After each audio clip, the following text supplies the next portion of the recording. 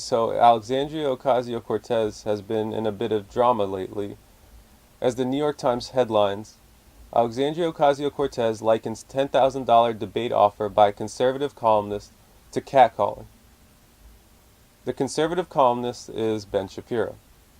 The author of this New York Times piece says Mr. Shapiro, a 34-year-old graduate of Harvard Law, was an editor at large at Breitbart News before funding the Daily Wire, a conservative news and opinion website.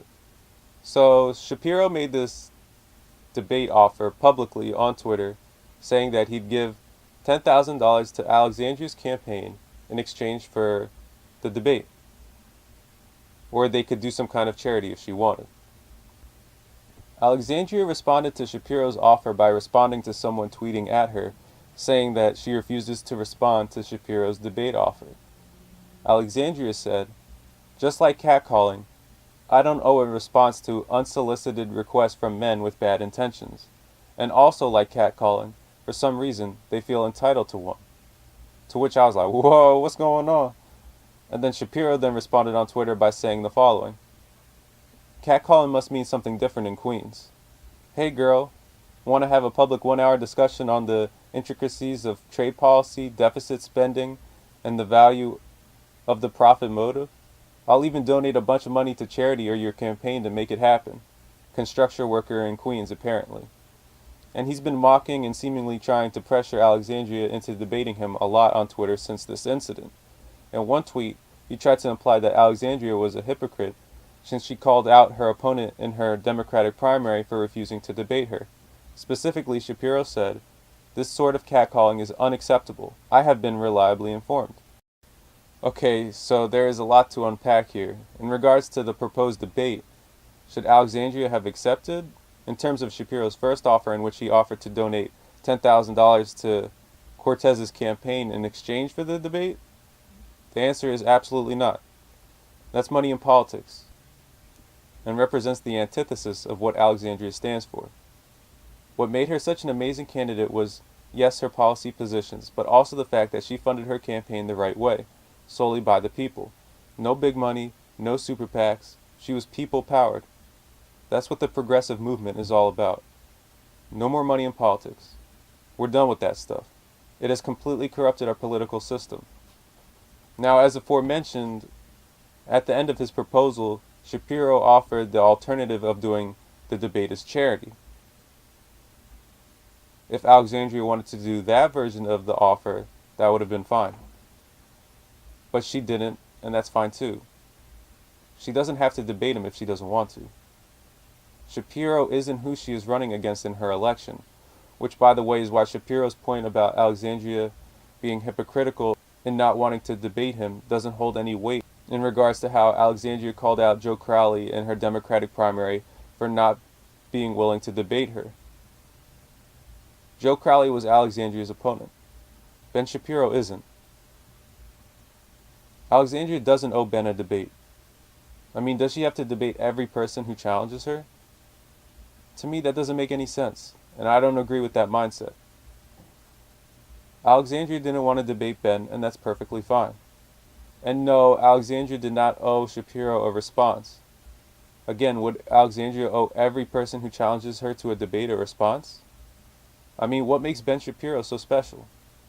Right now, Alexandria has a lot of star power in politics, and people almost assuredly want to try and take advantage of her spotlight and use it to their own advantage. I don't buy that Shapiro was offering $10,000 because he wanted to debate Alexandria so bad or something like that. I think that he probably offered the $10,000 because he felt he'd get a positive return on his investment in terms of the audience he'd probably receive for having a debate with Alexandria. Now, with all this being said, I'll admit that Alexandria is likening this offer to catcalling, and in essence, sexism really had me scratching my head. How is someone asking to debate you sexist or catcalling? Now look, I was not following the situation closely at all, so I don't know what happened in between Shapiro's offer and Alexandria's response. So maybe there's something I'm missing. But I will say this: the way Shapiro made this offer was not very courteous. He should have made this offer through private channels. Why make this public offer when there is a very, very good chance that it'll lead to your supporters and followers trying to harass Alexandria into debating you? You see how that could be messed up? So in that sense, maybe it felt like catcalling to her. And who knows, maybe Shapiro already did make this offer privately and didn't receive the answer he was looking for, and thus made this public proposal in order to try and pressure Alexandria into debating him, which would be really messed up. But the last part is just speculation on my part. But still something I think worth considering. But there's one last thing I think we need to consider, and that is how hard it can be to be a female celebrity. And Alexandria is basically a celebrity at this point. Unfortunately, in our society, we still fixate on the way women look. I mean, you guys have probably seen the way people talk and the inappropriate comments people make about female celebrities on social media. So many of us still treat women as objects and objectify them in disgusting ways.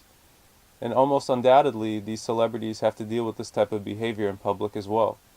And I suspect Alexandria now has to deal with this behavior and in a way that she never has had to in her life before. So I wouldn't be surprised in the least if this played a role in Alexandria feeling the way she did about Shapiro's overtures. Her reaction could have been a culmination of everything she's going through right now, and not just this one specific incident. But again, that's just me speculating. I thought I'd just throw some ideas out there to hopefully try and make this a more productive and thought-provoking conversation, but in the end, I think it probably would have been best if Alexandria had just not said anything. She didn't owe Shapiro a response. Hey guys, if you want to help out this show, you can follow our various social media links. Also, we have a Facebook group that you can join as well. And if you want to follow me on social media, you could do that as well. Alright guys.